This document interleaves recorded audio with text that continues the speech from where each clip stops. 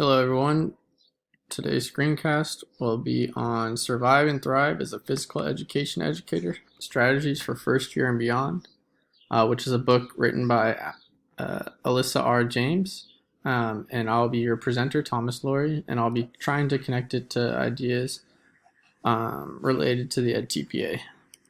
All right, so let's begin. So on our agenda today, first we'll be looking at who the audience of the book is. And then we'll be kind of focusing on the ideas of the author, such as the transition from college to the classroom, physical literacy, strategies, and then as well as they provide templates and different examples for new teachers to use. So let's begin. The audience. So the audience of the book is mainly focused towards new physical education teachers. It gives talks about a lot of different scenarios and kind of guides you through the transition from being in the classroom to from being as a student to being an educator. They also focus on new ideas for physical education teachers themselves, so you don't have to be a new teacher to be able to gain things from this book here. And then teachers looking for ways to develop their skills. And then one last thing is that the book is really practical and reader friendly, not too complex. It makes it very simple and straightforward, which is something that I enjoy personally. Which, to go back, that doesn't really connect to the EdTPA because it's kind of the exact opposite. But college to classroom. So this is, I think, one of the most important things that I took away from the book is kind of how different strategies to transition and what to kind of expect when you're going through that transition. I'm sure it probably would have been a lot. I probably will look back at this book a lot, definitely when I do actually begin teaching my own class and having that responsibility. But the biggest thing is adapting to the work environment, understanding the school culture, opportunities for professional development and growth to take advantage of those, and communicating with parents. So it touches on all of these topics here while also providing examples from Alyssa's own experience, which I thought was very specific and helpful.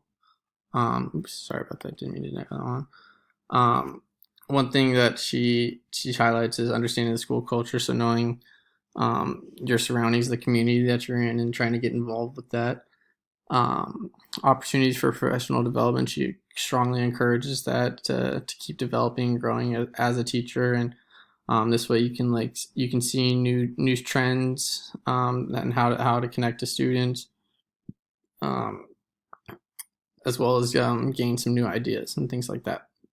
And then she also provides a lot of great examples on ways to communicate with parents, whether that's writing letters home,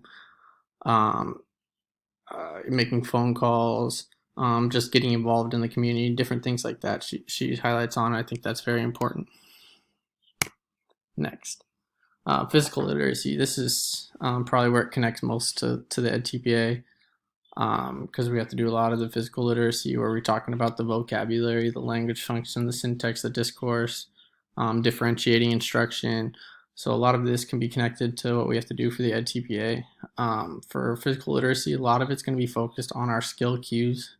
So that what that is just breaking down the skill itself, using different words to break it down for students and make it step-by-step process so that students understand how to develop that skill and how to practice it. So that kind of ties into all of these language functions and vocabulary, syntax, discourse. The way you kind of go about building those skill cues for students connects into the vocabulary, the language function, syntax, discourse, things like that. And she talks a lot about ways to incorporate different strategies so that you can help these students develop their physical literacy. For example, she talks a lot about using different images and videos to highlight or to emphasize the specific vocabulary and languages that the student should be using. And she also talks about how there's a need to address all three domains in the psychomotor, cognitive, and affective, which is something that we need to touch on at least 2 of 3 for the EdTPA for each lesson. So she gave me some good ideas on ways to do that. Next is strategies.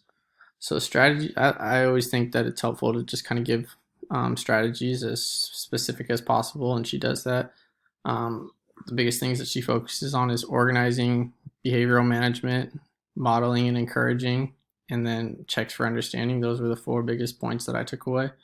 Um, she explains how organizing all of your equipment, gymnasium, fields, things like that, being aware of your surroundings will help you prepare for your lessons, and then just be successful in what you're trying to perform and what you want the students to focus on.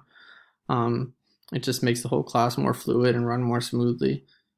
That was the biggest thing about organizing. So that's very important. And she gives specific examples from her experience on ways to do this, which was really helpful. Behavioral management. My biggest takeaway from her that she does is establishing clear rules and routines right away, and then also staying consistent with those established rules and routines. That way, the students know what to expect.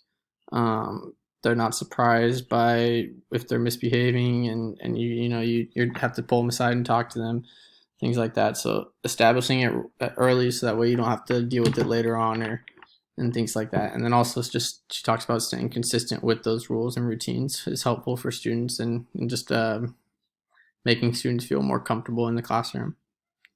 Next, she highlights modeling and encourage students to use academic language. So it's important for us as instructors to model the behavior that we expect of the students.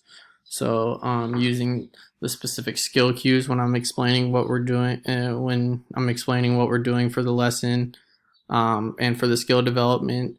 So constantly doing that, and then when the students are performing the activity, encouraging them to use the academic language that you prefer, the skill cues, so that way they practice it and they get used to it, and it becomes more comfortable for them, and that they know how to use it and things like that, and then provide specific feedback for ways to do that.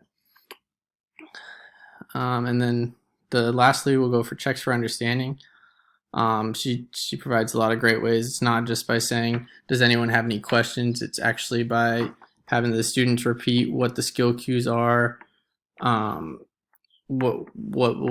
reflecting on different things, instead of just like expecting the students to come to you. You have to pull it out of them. That's what my biggest takeaway from her.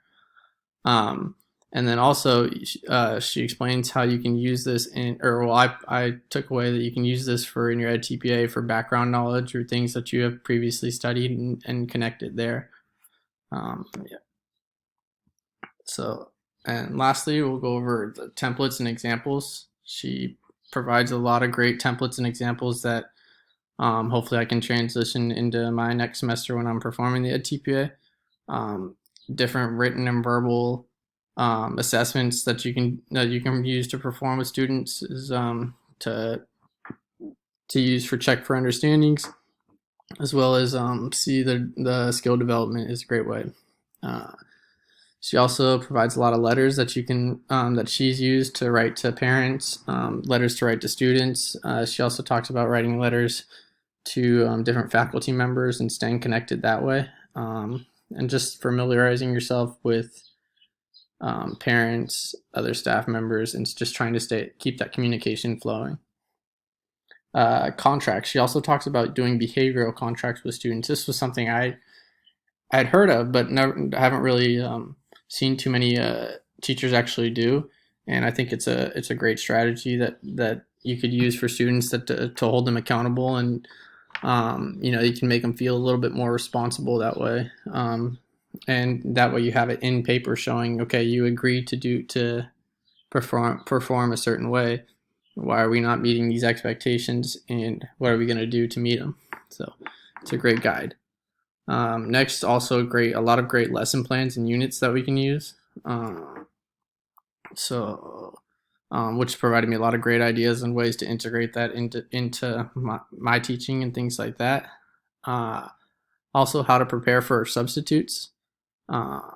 We did this in our classroom management a little bit, and so I was a little bit familiar, but I haven't really done too much focusing on substitutes, and I think that's an important part because you're not always going to be able to be there, and you have to be able to um, be prepared for that situation too as well. So I thought that was very helpful. And then last year, the tenure process doesn't really connect to the TPA, but I just thought it was helpful to be aware and knowledgeable of how that whole all works out for future. And that was pretty much what I got from the takeaway from the book. Thank you guys for joining me, and I hope you guys enjoyed. Take care.